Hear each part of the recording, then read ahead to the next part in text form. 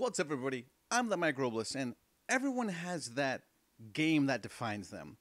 Well, me, I don't have a game that defines me. I have several. Growing up in Southern California, I had a lot of arcades that were close to my parents' house, and I consider myself incredibly lucky that I got to spend so much time there. In fact, when I was in middle school, I walked past middle school down to the street to the local liquor store on the corner where I played a ton of Mortal Kombat 2. Every morning, my friends and I would get there and we'd try to figure out how to fight Reptile, how to change the game, what were the new combos, what were the different fatalities that were out there. As arcades grew more popular later on in the 80s and early 90s, a lot more other video games started to show up, including Street Fighter 2. I played just about every version there was of Street Fighter 2.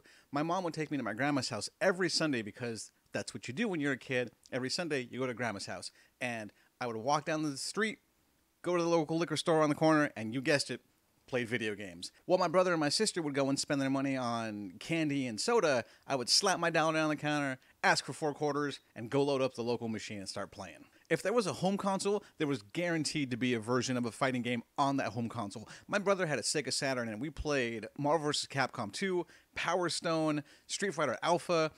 Again, there were just so many different ways to play fighting games, and every time there was a new fighting game out, I was excited for the next version. I've been fortunate enough to work with some really cool people and work on some really cool things in my time in the gaming industry. In fact, for a while, I got to be the community manager on a little fighting game called Killer Instinct.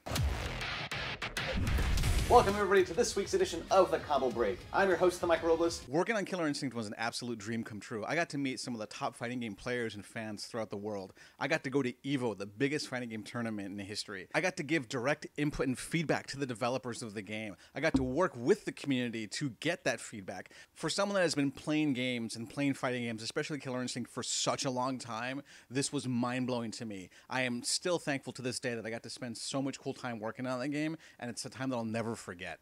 I know the fighting game community, just as with any game community, has both their good and their bad. But for me, I've been lucky enough that I've seen a lot of good in the fighting game community. Growing up and playing fighting games with my friends have been some of the most memorable times I've ever had. And it's about learning together.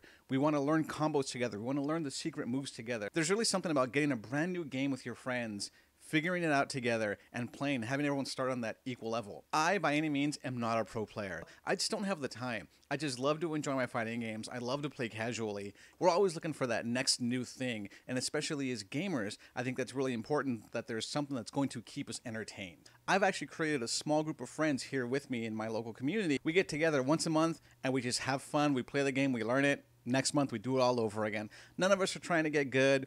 None of us are going to sit there and talk trash on one another because we don't know the button combos. We're all here to help each other. And I think, to me, that is one of the most defining moments of this game genre. There are plenty of good folk out there that are willing to teach you and willing to lend a hand. And I am thankful to be a part of that community. And I will forever keep playing fighting games because they're just, well, they're just fun. They're fun. They're enjoyable. I can't get enough of them. If you want to talk to me about fighting games, you want to challenge me to a match, you want to play some games, you want to do something, find me. I'm all over the internet. Twitter's probably the best way you can find me. I'm at the Mike Robles. Until then, I'll see you next time.